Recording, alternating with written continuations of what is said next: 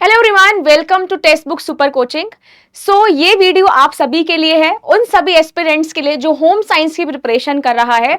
और बहुत सारे स्टूडेंट्स जो हैं डीमोटिवेट होके बैठे थे कि कैसे हम प्रिपरेशन करें, रीनेट एग्जाम दे या ना दे।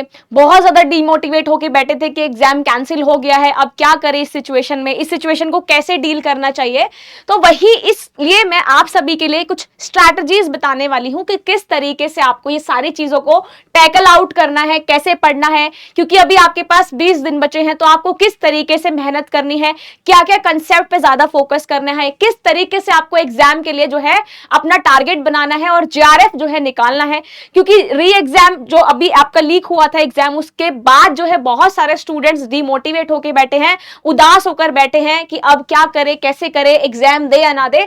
बहुत ज्यादा मल्टीपल क्वेश्चंस उनके माइंड में चल रहे हैं कि अब क्या, क्योंकि एग्जाम जो है कैंसिल हो चुका है, अब दोबारा एग्जाम होगा, तो अब हम क्या करें मैम। बहुत सारे कमेंट्स मिलते हैं स्टूडेंट्स को कि हम किस तरीके से पढ़ाई करें, डीमोटिवेट होके बैठे हैं, कुछ समझ में नहीं आ रहा है। तो आप सभी के लिए मैं ये वीडियो बनाकर लेके आई हूं, जिसमें आपको मैं बताऊंगी कि किस तरीके से आपको अपनी एग्जाम की स्ट्रैटेजी को प्लान करना है। ठीक है, बहुत सिंपल स्ट्रैटेजी है, जरूर आपका गारंटेड एग्जाम जो है क्लियर हो जाएगा विद जेआरएफ। ओके, सो एक बेसिक स्ट्रैटेजी है जो मैं आपको समझाने वाली हूं। जैसे मैंने अपना जेआरएफ क्लैरिफाई किया था, उसी तरीके से मैं आपको बताऊंगी कि किस तरीके से आप जेआरएफ को पार कर सकते हो, मींस निकाल सकते हो। इस वीडियो को देखिएगा, पूरा एंड तक देखिएगा कि कौन कौन सी हम स्ट्रैटेजीज अपनाकर जो है अपना जेआरएफ निकाल सकते हैं। जो मेरी स्ट्रैटेजीज थी वो भी मैं आपको बताऊंगी, जो आपको बनानी है स्ट्रैटेजीज आपके अकॉर्डिंग वो भी मैं आपको थोड़ा समझा दूंगी, बट वो पूरा आप पे डिपेंड करता है कि आप किस तरीके से स्ट्रैटेजीज बना रहे हो। ओके, स्टार्ट करते हैं इस वीडियो से। पहले तो मैं आपको अपनी फ्री क्लासेस का टाइमिंग बता देती हूँ। जो स्टूडेंट न्यू लर्नर है या जिनको नहीं पता है उनको मैं बता देती हूँ कि मेरी YouTube पे फ्री क्लास होती है 2 बजे, हमें डेली होती है मंडे टू फ्राइडे, एंड 5:30 पे होती है मास्टर क्लास, जिसमें आपको मैं कुछ इंपॉर्टेंट कंसेप्ट, इंपॉर्टेंट क्वेश्चंस कराती हूँ। ऑल्सो YouTube पे हम कुछ इंपॉर्टेंट क्वेश्चन सॉल्व करते हैं जो कि आप लोगों के लिए बहुत इंपॉर्टेंट है, जो दिसंबर का एग्जाम देने वाले हैं या जो रीनेट का एग्जाम देने वाले हैं। आप सभी के लिए जो है मैं सारे कॉन्सेप्ट, सारे प्रीवियस ईयर क्वेश्चन और मॉक टेस्ट जो है लेकर आती हूँ। ठीक है, so don't forget to subscribe our channel and share my videos and like the video. अब हम स्टार्ट करते हैं गाइस, आपकी स्ट्रैटेजी क्या रहनी चाहिए। अगर मैं 20 दिन की बात करूं, अभी आपके पास अगर मैं ऑन एन अप्रोक्स बात करूं एवरेज की, तो आपके पास 20 से 21 दिन बचा है। ओके, 20 डे स्ट्रैटेजी क्या रहेगी आपको यूजीसी नेट एग्जाम क्लियर करने के लिए, जो भी रीनेट एग्जाम होगा उसके लिए। ठीक है, तो इसमें मैं आपको कुछ स्ट्रैटेजीज बताऊंगी। बहुत सारे स्टूडेंट्स कंफ्यूज रहते हैं, मैम कैसे पढ़ें, कितना पढ़ें, कहां से पढ़े। तो यही चीज को मैं आपको क्लियर करने वाली हूं। कैसे पढ़े वो मैं आपको बताऊंगी, कितना पढ़े वो भी मैं आपको बताऊंगी, और किसके साथ पढ़े, तो मेरे साथ पढ़िए टेक्स्ट बुक सुपर कोचिंग के साथ। ओके, क्योंकि मैं आपको सारी चीजें यूजीसी नेट के इंपॉर्टेंट कंसेप्ट्स करा रही हूं, इंपॉर्टेंट प्रीवियस ईयर क्वेश्चंस करा रही हूं। ईयर वाइज हम स्टेट के क्वेश्चन सॉल्व कर रहे हैं, जो कि यूजीसी नेट के लिए बहुत ज्यादा इंपॉर्टेंट है। आपका पूरा पेपर ऑलरेडी मैं सॉल्व करा चुकी हूं, जिसमें आपने भी देखा होगा कि नए नए कंसेप्ट्स आपको देखने को मिले हैं जो कि कंप्लीटली न्यू थे and that was not mentioned in the syllabus, है ना। इसलिए उस सिलेबस के जो भी इंपॉर्टेंट कंसेप्ट है, डीप कंसेप्ट आपके एग्जाम में पूछे गए हैं, वो ऑलरेडी मैं आपको सारी चीजें टाइमली करा रही हूं। तो मेरी वीडियोस को देखिएगा जरूर, और जितना भी जो भी स्टूडेंट होम साइंस की प्रिपरेशन कर रहा है उन सभी के साथ शेयर कर दीजिए, क्योंकि इंपॉर्टेंट टॉपिक्स, बहुत अच्छे इंपॉर्टेंट टॉपिक्स, बहुत वन लाइनर्स मैंने आपको कराए हैं। तो सारी चीजें फोकस करें। अब बात करते हैं कैसे पढ़े और कितना पढ़े। देखो, कितना पढ़े, कैसे पढ़े, ये भी मैं आपको समझा रही हूं। सबसे पहले तो आपको कैसे पढ़ना है, ठीक है, उसकी बात करते हैं। सबसे पहले मैं बताती हूं आपको यूजीसी नेट एग्जाम का पैटर्न। देखो, पहले हम पैटर्न के बारे में डिस्कस करते हैं, क्योंकि जब तक आपको पैटर्न के बारे में ही मालूम नहीं है तो आप किस तरीके से पढ़ाई करोगे, है ना। तो सबसे पहले तो you should know the UGC NET exam pattern. आपको पता है कि पेपर 1 होता है, ठीक है, एंड पेपर 2 होता है, ठीक है ना। Paper 1 is common for all the subjects, आपको पता है, दिस इज कॉमन, सभी सब्जेक्ट के में कॉमन होता है पेपर 1, जहां पर आपको पेपर 1 का एक अलग से 10 यूनिट का सिलेबस मिलता है। Okay, this is the common full और द सब्जेक्ट्स जिसके 50 क्वेश्चंस आते हैं, ठीक है ना। मार्क्स 100, मतलब एक क्वेश्चन जो है 2 नंबर का होता है। सो मार्क्स कितने हो गए, टोटल 100 हो गए। अगर आप 1 आवर में सॉल्व कर सकते हो पेपर 1, क्योंकि एक अप्रोक्स आइडिया हम लेकर चलते हैं, ड्यूरेशन कितना होता है एग्जाम का, 3 आवर्स होता है, तो अप्रोक्स ऑन एन एवरेज आपको 1 घंटा लगता है मैक्सिमम पेपर 1 सॉल्व करने में, एंड 2 घंटे लगता है आपको पेपर 2 सॉल्व करने में, because paper 2 is your subject, है ना, सब्जेक्ट का होता है, तो आप इजिली जो है उसको आप 2 घंटे में कर सकते हो। क्वेश्चन टाइप एमसीक्यूज आते हैं, ठीक है ना। नेगेटिव मार्किंग अभी तक यूजीसी नेट के एग्जाम में नहीं आई है, सो ये एक गोल्डन अपॉर्चुनिटी है, ठीक है ना। इसको एक पॉजिटिव वे में लेकर चलो, अभी तक नेगेटिव मार्किंग नहीं आई है। जब नेगेटिव मार्किंग आएगी तो आप लोग घबरा जाओगे, तो वो आपके लिए थोड़ा सा क्या होगा, ट्रबल होगा कि अब नेगेटिव मार्किंग आ गई है और आपको क्रैक करने में उतनी ही बाधाएं आएंगी अगर नेगेटिव मार्किंग आई। So take it as a golden opportunity कि there is no negative marking in the UGC NET exam yet, okay. अभी तक इस एग्जामिनेशन में नेगेटिव मार्किंग नहीं आई है, इसको एक पॉजिटिव, इसको एक गोल्डन अपॉर्चुनिटी लेकर आप चलिए, ओके। सो अगर आप चाहते हो कि आप इस अटेम्प्ट में क्लियर करो या दिसंबर वाले एग्जाम में क्लियर करो, और अगर आप चाहते हो कि आपको सच्ची में, देखो, अगर आपने डिटर्मिनेशन है, आपने विल बना, आपकी विल पावर बहुत स्ट्रांग है, आपने सोच ही लिया है कि आपको एग्जाम किसी भी हालत में क्रैक करना ही है, because there is no other option, है ना, कोई और ऑप्शन है ही नहीं आपके पास, तो अभी एक गोल्डन मौका है, because there is no negative marking in the UGC NET examination yet, okay. So negative marking no, and marks जो आपको मिलते हैं पर करेक्ट आंसर के 2 नंबर मिलता है, मतलब एक क्वेश्चन जो है 2 नंबर का होता है। तो यहां पर ये एक एग्जाम पैटर्न आता है, ये मैं इसलिए समझा रही हूं क्योंकि बहुत सारे स्टूडेंट्स को डाउट रहता है कि एग्जाम पैटर्न कैसे है, कौन सा पेपर पहले करे, how to balance paper 1 paper 2, है ना, ये रहता है पेपर 1 पेपर 2 पेपर 1 पेपर 2, ऐसे ही चलता रहता है आपका बैलेंस। सो एक मैं ऑन एन एवरेज आर्ट्स की बात करूं तो 3 घंटे होते हैं आपके पास, है ना, तो मेरा सिर्फ यही फोकस है कि मतलब मैं अपना साइड से बताती हूँ, जब मैंने किया था तो मैंने भी on an average approx 1 hour 15 minutes में पेपर 1 कवर कर दिया था, एंड आपके पास जो रिमेनिंग टाइम था that is for the paper 2। अब कौन सा आपको अटेम्प्ट पहले करना है नहीं करना है, that is totally depend on you कि आप कौन सा पेपर पहले अटेम्प्ट करते हो, कौन सा पेपर बाद में अटेम्प्ट करते हो।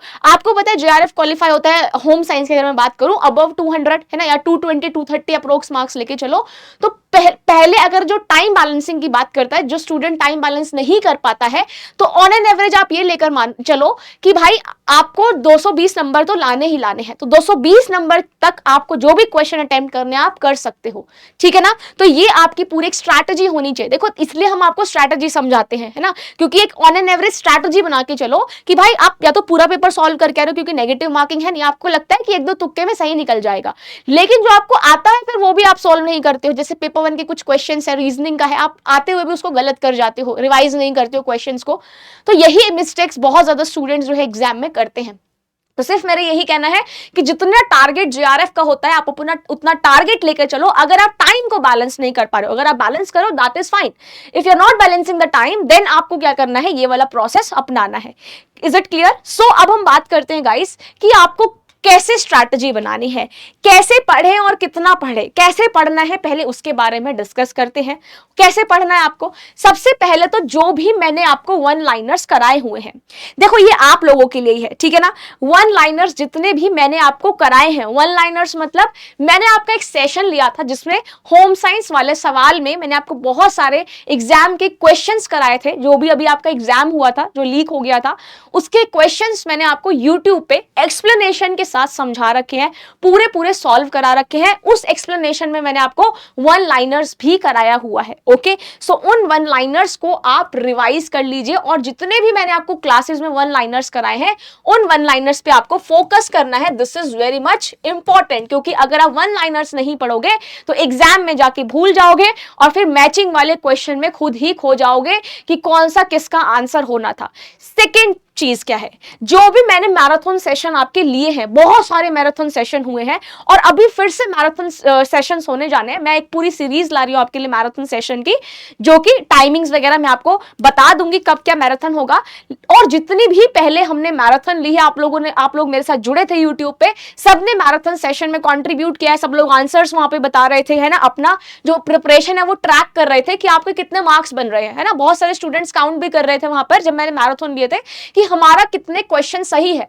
तो जितने भी मैंने मैराथन सेशन ली है उन सारी मैराथन सेशन को आपको रिवाइज करना है, क्योंकि जब तक आप रिवाइज नहीं करोगे तो चीजें भूल जाओगे। फॉर एग्जांपल अगर मैं बात करती हूँ फूड साइंस की, ओके, फूड साइंस की, या फिर चलो आरडीए की बात करते हैं, तो ये 2 यूनिट ऐसी है गाइस, जितना आप इनको रिवाइज करोगे, जैसे मैं आरडीए की बात करूं, आपको आरडीए याद नहीं रहता है, तो मैंने आपको एक इजी शॉर्ट ट्रिक में आरडीए को याद करने की ट्रिक आपको क्लास में बताई थी कि आप उसमें 100, 200, 300 प्लस करके चलो, है ना। तो ये जो छोटी छोटी ट्रिक्स है ये आपको ध्यान रखनी है, और जब तक आप इनको रिवाइज नहीं करोगे तो आप उन न्यूमेरिक वैल्यूज को भूल जाओगे जब एग्जाम में वहां पर आरडीए से क्वेश्चन आएगा, या फिर आपसे प्रोटीन फैट कंटेंट किसी भी फूड का पूछा जाएगा, ओके, फिर आप मुझे याद करोगे, है ना। तो इसलिए एक मेन ट्रिक आप बनाकर चलो कि आरडीए को कैसे रिवाइज करना है। तो जितने भी, मेरे कहने का मतलब ये है ऑन एन एवरेज कि जितने भी यहां पर एक मैराथन सेशंस मैंने लिए हैं, 1 शॉर्ट रिवीजन कराया है, 1 लाइनर्स कराए हैं, उनकी डिटेल्ड एक्सप्लेनेशन कराई है, पूरा पेपर सॉल्व कराया हुआ है, तो उसको आपको क्या करना है, बार बार रिवाइज करना है। And practice previous years questions and mock test. बहुत सारे स्टूडेंट्स जो है मॉक टेस्ट नहीं लगाते हैं। देखो आप प्रीवियस ईयर क्वेश्चंस लगा रहे हो, दैट इज फाइन, आपके पास प्रॉपर बुक्स हैं, ऑलरेडी मैंने एक बुक का भी आपको वीडियो शेयर किया था जिसमें मैंने आपको बताया हुआ है कि आपको कौन से बुक्स से प्रिपरेशन करनी है। तो बुक्स का मैंने आपको बता दिया है, आप मेरे साथ क्लासेस में जुड़ते हैं, बहुत सारे प्रीवियस ईयर क्वेश्चंस मैंने कराए हैं, ठीक है, 1 लाइनर्स है, प्रीवियस ईयर क्वेश्चन है, सब कुछ कराया हुआ है, एंड आगे भी कराएंगे, ओके। जो बच्चा दिसंबर के लिए पढ़ रहा है उस तब भी कराएंगे, और यहां पर जो नहीं अभी रीनेट के लिए पढ़ रहा है उसको भी कराएंगे। सो मेन चीज क्या है, मॉक टेस्ट। मॉक टेस्ट से आपको क्या पता चलता है कि आपका टाइम ड्यूरेशन, है ना भाई, बहुत सारे स्टूडेंट्स जो है टाइम को मैनेज नहीं कर पाते, तो मॉक टेस्ट से गाइस आपको पता चलता है कि आपको टाइम को कैसे बैलेंस करना है ना। तो जब तक आप मॉक टेस्ट नहीं लगाओगे आप नहीं देख पाओगे कि कितने देर में आप एग्जाम कर रहे हो। So this is for the time management, okay. ये उन स्टूडेंट के लिए जो टाइम मैनेजमेंट नहीं कर पाते, और बहुत सारे स्टूडेंट्स हैं इंक्लूडिंग मी, पहले नहीं होता था टाइम मैनेज, ठीक है, रिवाइज करते रहो चीजों को, रिवाइज किया, मॉक टेस्ट लगाया, प्रीवियस ईयर क्वेश्चंस लगाए, हर दिन प्रीवियस ईयर क्वेश्चन लगाया है, हर दिन एक एक मॉक टेस्ट लगाया, चलो 2 लगा लो, 3 लगा लो, but that is basically depend on you, लेकिन एटलीस्ट 1 या 2 मॉक टेस्ट तो आप डेली लगाई करिए, ताकि आपको अपनी प्रिपरेशन जो है पता चल सके कि आप किस तरीके से प्रिपरेशन कर रहे हैं। उसके बाद गाइस मैं बात करूं, सबसे पहले कंसिस्टेंसी एंड डिसिप्लिन। देखो अगर आप कंसिस्टेंट नहीं रहोगे, आज मेरी क्लास ले रहे हो, फिर उसके 10 दिन बाद अटेंड करोगे, फिर सोचोगे अरे छोड़ो दिमाग खराब होता है, हम 20 दिन बाद फिर से इस क्लास को कंटिन्यू करेंगे, क्योंकि अभी भी हम कंफ्यूज है कि एग्जाम दे या ना दे। तो जब तक आप डिसिप्लिन नहीं रहोगे, जब तक आप चीजों को लेकर कंसिस्टेंट नहीं रहोगे, तब तक आपका एग्जाम क्लियर नहीं होगा। ये सिंपल सी बात है।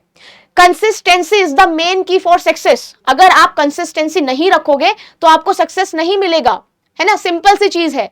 तो आप डिटरमाइन हो जाओ अपने गोल्स को लेके, ठीक है ना, कि हमें ये चीज करनी है तो करनी ही है। कंसिस्टेंसी मतलब जैसे आज आप हो वैसे ही कल हो, है ना। मैंने आपको एक क्वेश्चन भी कराया था कंसिस्टेंसी और वैलिडिटी का, याद है ना। तो जब तक आप चीजों को लेकर कंसिस्टेंट नहीं रहोगे तब तक आपको सक्सेस नहीं मिलेगा। आप आज पढ़ रहे हो, कल नहीं पढ़ रहे हो, ऑल्टरनेट डेज में पढ़ रहे हो, 10 दिन बाद किताब उठा रहे हो, एग्जाम से पहले एक रात 1 नाइट फाइट कर रहे हो, that is not the consistency. इस तरीके से आपको सक्सेस नहीं मिलेगा, ना ही आपका जेआरएफ क्वालिफाई होगा। ट्रस्ट मी, अगर आप कंसिस्टेंट रहोगे, डेली प्रीवियस ईयर क्वेश्चंस लगाओगे, मॉक टेस्ट लगाओगे, मेरे साथ क्लासेस में जुड़ोगे, मैराथन सेशन को रिवाइज करोगे, तो आपका जेआरएफ आपके हाथ में है, फिर आपको कोई नहीं रोक सकता। कोई रोक सकता है आपको आपके जेआरएफ तक पहुंचाने के लिए? कोई भी नहीं रोक सकता, ट्रस्ट में, कोई भी नहीं रोक सकता, आप खुद रोक सकते हो। क्यों? अगर आप मेहनत नहीं करोगे तो जेआरएफ रुक जाएगा। सिर्फ आप ही इसको पार कर सकते हो और आप ही उससे पीछे हट सकते हो, ठीक है ना। तो that is depend on you, कोई आपको नहीं समझाएगा। सब आप बहुत अच्छे लोग हो, ठीक है, मास्टर्स परस्यू कर चुके हो ऑलरेडी, है ना, एक अच्छी लाइफ में हो, सब कुछ है आपके पास, सारी फैसिलिटीज है, ठीक है। उनके बारे में सोचो जिनके पास फैसिलिटीज नहीं होती है, आपके पास सब फैसिलिटीज है, इंक्लूडिंग मी, ओके, मेरे पास भी सब फैसिलिटीज थी, ओके, लेकिन मैंने कंसिस्टेंसी बनाई। So you have to maintain your consistency, है ना। एंड आपको डिसिप्लिन में भी रहना है। डिसिप्लिन मतलब सज धज के डिसिप्लिन नहीं होता है, ठीक है। डिसिप्लिन का मतलब हमेशा सजना सवरना नहीं होता है। डिसिप्लिन मींस आप उस चीज को किस तरीके से ग्रो अप कर रहे हो, क्या उस स्किल्स को आप कैसे ग्राप कर रहे हो, कितनी आप लर्निंग कर रहे हो, that is consistency and discipline, okay. And fifth जो मेन आपको स्ट्रैटेजी बनानी, that is selective approach. Selective approach का मतलब मैं अगर गाइस आपको समझाऊं, सिलेक्टिव अप्रोच का मतलब होता है, ऐसा नहीं है कि आप 10 जगह से कोई कंटेंट उठाकर पढ़ रहे हो, बहुत सारी जगह पर कुछ कुछ क्वेश्चंस गलत दिए होंगे, कुछ कुछ आंसर्स गलत दिए होंगे, कुछ कुछ टेम्परेचर में, जैसे मैं पेस्चराइजेशन की बात करूं, अलग अलग टेम्परेचर अलग अलग बुक में मिलता है। So you have to select approach जहां पर आपको सारी चीजें जो है समझ में आए, एक ऐसी अप्रोच जो कि आपको सिंपल लगे। अब अगर मैं आपको सिंपल भाषा में चीजें ना समझाऊं, सपोज मैं अगर आपका एक क्वेश्चन सिंपल भाषा में नहीं समझाऊं, तो this is not a selective approach, क्योंकि आपको समझ में ही नहीं आ रहा है। सो सिलेक्टिव अप्रोच ऐसी होनी चाहिए कि आपको सारी चीजें जो है समझ में आए, अदरवाइज उस अप्रोच का कोई फायदा ही नहीं है। तो आपको आपके अकॉर्डिंग इस तरीके से अप्रोच सिलेक्ट करनी है ताकि आपको सारी चीजें समझ में आए, और जब तक आप उन चीजों को नहीं समझोगे तो आपका जीआरएफ क्लियर नहीं होगा। सो इसलिए आपकी सिलेक्टिव अप्रोच होनी चाहिए, बिना अप्रोच के आप काम नहीं कर सकते हो। देखो, जब भी आप कोई भी प्लान करते हो, आपने सोचा हमें जीआरएफ निकालना है, तो कुछ गोल बना के सोचा होगा ना, या ऐसे तो नहीं हवा में आज अच्छा कोई नहीं जीआरएफ कर लेते हैं, कोई बात नहीं पीएचडी कर लेते हैं, ये एक अप्रोच नहीं है। अब हम हर चीज के लिए प्लानिंग करते हैं, मानते हो, हर चीज के लिए हम प्लानिंग करते हैं। So this is the selective approach. तो आपको सिलेक्टिव अप्रोच रखना है। And speed revision. Speed revision क्यों बोल रही हूं, आपके पास 20 दिन है, 20 दिन है, जितना हो सके रिवाइज कर लो। कैसे करोगे, टेक्सटाइल इंपॉर्टेंट यूनिट है, एपरल डिजाइनिंग इंपॉर्टेंट यूनिट है, ह्यूमन डेवलपमेंट इंपॉर्टेंट यूनिट है, and food science important unit है। ये 4 यूनिट इतने ज्यादा इंपॉर्टेंट है, हमेशा क्वेश्चंस यहां से पूछे ही जाते हैं। क्या क्वेश्चंस आते हैं मैं आपको सॉल्व करा रही हूं, बहुत सारी क्लासेस में सॉल्व भी कराया है, ठीक है, उन सारी क्लासेस को देखिएगा, एक भी क्लास को मिस मत करना, सारी क्लासेस में कुछ ना कुछ इंपॉर्टेंट इंफॉर्मेशन जरूर मिलेगा, ठीक है। तो एक स्पीड रिवीजन करो, अब क्योंकि अब 20 दिन बचे हैं, तो अब आप एक एक कंसेप्ट नहीं उठा सकते हो, अब आप एक एक कंसेप्ट सिर्फ दिसंबर के लिए उठा सकते हो, ठीक है ना। 20 दिन के लिए आपको एक स्पीडी रिवीजन करना है, स्पीड में रिवीजन करना है। कैसे करोगे, अब बात आती है कितना पढ़ें, कितना पढ़ना है, क्वालिटी का पढ़ना है, क्वांटिटी का नहीं पढ़ना है। मेरी सिंपल सी अप्रोच है कि हमेशा आपको क्वांटिटेटिव नहीं पढ़ना है, क्वालिटेटिव पढ़ना है, क्वालिटी में पढ़ना है। आज आप फर्मेंटेशन पढ़ रहे हो, ठीक है, कल भूल गए हो, ठीक है, फिर आपने कम से कम 10 बुक पढ़ ली, लेट्स से आपने 10 बुक पढ़ी एक दिन में, पढ़ नहीं सकते बट लेट्स से सपोज तो कर सकते हैं, 10 बुक आपने पढ़ी एक दिन में, और आपने उन बुक से कितने टॉपिक याद होंगे, और उस बुक से आपको 10 टॉपिक भी याद नहीं है, तो आपने क्वांटिटी तो पढ़ ली लेकिन क्वालिटी है ही नहीं, क्योंकि आपको वो चीज याद ही नहीं है, आपको पता ही नहीं है कैसे क्वेश्चन आप उसमें से करेंगे। So this is not a selective approach, ये एक सिलेक्टिव अप्रोच भी नहीं है, और this is not a speed revision also. यानी ये आप भर भर के पढ़ रहे हो लेकिन समझ नहीं आ रहा है, कोई फायदा है नहीं है। दुनिया को दिखाने के लिए नहीं जेआरएफ निकालना है, अपने लिए, खुद के लिए, अपने पेरेंट्स के लिए आपको जेआरएफ क्वालिफाई करना है, ठीक है ना। सो आपकी एक सिलेक्टिव अप्रोच होनी चाहिए, एंड क्वालिटी का पढ़िए, ठीक है ना। क्वालिटी मतलब एक अच्छी अप्रोच के साथ, एक अच्छे ट्यूटर के साथ, जहां से आपको जो भी चीज समझ में आती है मेरे साथ पढ़िए, रिविजन करिए, क्लासेस करिए, मेरा सर खाइए कि इसका क्या आंसर होगा, ताकि आपको डाउट क्लियरिफिकेशन हो। जो भी चीजें आपको पूछनी है सब कुछ पूछिए, टेलीग्राम ग्रुप्स आपके बने हुए हैं, ठीक है ना, सब कुछ आपके पास है, आपके पास सभी फैसिलिटीज हैं, फिर भी आप उनको यूटिलाइज नहीं करते हो, क्यों, व्हाई? ये चीज मुझे आज तक समझ में नहीं आई है ना। तो जितने भी आपके पास फैसिलिटीज है, मैं सिर्फ इतना ही बोलना चाहूंगी, ये कुछ ऐसी अप्रोच है जो आप यूज कर सकते हो अपने जेआरएफ को क्लियर करने के लिए। रिवीजन, आपकी selective approach, consistency, discipline, previous year question mock test, marathon sessions जो मैंने लिए हुए हैं, एंड आपको फोकस करना है गाइस वन लाइनर पे। और अंत में मैं सिर्फ इतना ही बोलना चाहती हूं कि success is the sum of all the efforts repeated day in and day out. अगर आप पूरे दिन में रिपीट कर रहे हो क्या अपने एफर्ट्स को, आज मेहनत कर रहे हो, कल नहीं कर रहे हो, आज एफर्ट दे रहे हो, कल नहीं दे रहे हो, कोई फायदा नहीं होगा। तो सक्सेस का एक सम होता है, सम ऐसे ही नहीं कि आपको एक दिन में आपका जेआरएफ क्लियर हो जाएगा, एक दिन पढ़ने से, वन नाइट फाइट करने से जेआरएफ क्लियर होगा, नो। सक्सेस हमेशा तभी मिलती है जब आप कंबाइन चीजें करते हो। कंबाइन मतलब आप डेली एफर्ट्स कर रहे हो, डेली मेहनत कर रहे हो, डेली क्लासेस ले रहे हो, डेली मॉक लगा रहे हो, डेली प्रीवियस ईयर क्वेश्चंस लगा रहे हो, डेली रिवीजन कर रहे हो, तब you will get the success और द जेआरएफ, अदरवाइज आपको कुछ भी नहीं मिलेगा। सिर्फ एक सीढ़ी चढ़ने से आपको सक्सेस नहीं मिलती है, पहले चढ़ो फिर गिरो, फिर चढ़ना है फिर गिरना है, फिर गिरना है फिर गिरना है, फिर चढ़ना है, फिर चढ़ते रहना है। दिस इज सक्सेस, जहां पर आप सारी चीजें देखते हो, पेशेंस, फेलियर, यही सारी चीजें सिखाता है कॉम्पिटिटिव एग्जाम। और इसी चीज के लिए मैंने आपका वीडियो बनाया है कि आपको किस तरीके से स्ट्रैटेजी अपनानी है, ठीक है ना। तो सब शेर बन जाओ इसकी तरह, क्योंकि सक्सेस आपको एक दिन में नहीं मिलेगी, आपको डेली क्या करना पड़ेगा, एफर्ट्स करने पड़ेंगे। तो इसी तरीके के लिए आपको क्या करना है, मेरी क्लासेस को, मतलब स्ट्रैटेजी, अगर आप इस तरीके की स्ट्रैटेजी बनाओगे तो आपका जेआरएफ आपके हाथ में है। और जेआरएफ में मैं साथ दूंगी आपका, मैं क्लासेस ले रही हूँ, यूजीसी नेट की क्लासेस हैं, एमसेट के क्वेश्चंस हैं, सी सेट के क्वेश्चंस हैं, ओके, वन लाइनर्स है, मैराथन सेशन है, वन शॉट रिवीजन है, उनको देखिए, मेरे साथ पढ़ते रहिए लाइव क्लास में, जो कि होती है यूट्यूब पे 2 बजे एंड मास्टर क्लास 5:30 बजे, ओके। सो पढ़ते रहिए मेरे साथ टेक्स्ट बुक सुपर कोचिंग के वाईटी चैनल पे। एंड बिल्कुल भी पढ़ाई आपको अब नहीं छोड़नी है, क्योंकि आपके पास सिर्फ 20 दिन ही बचे हैं, ओके। सो इसी तरीके से पढ़ते रहिए। गॉड ब्लेस यू ऑल, सबका जेआरएफ जो है क्लियर हो, ठीक है। Thank you so much guys and bye bye, take care, God bless you.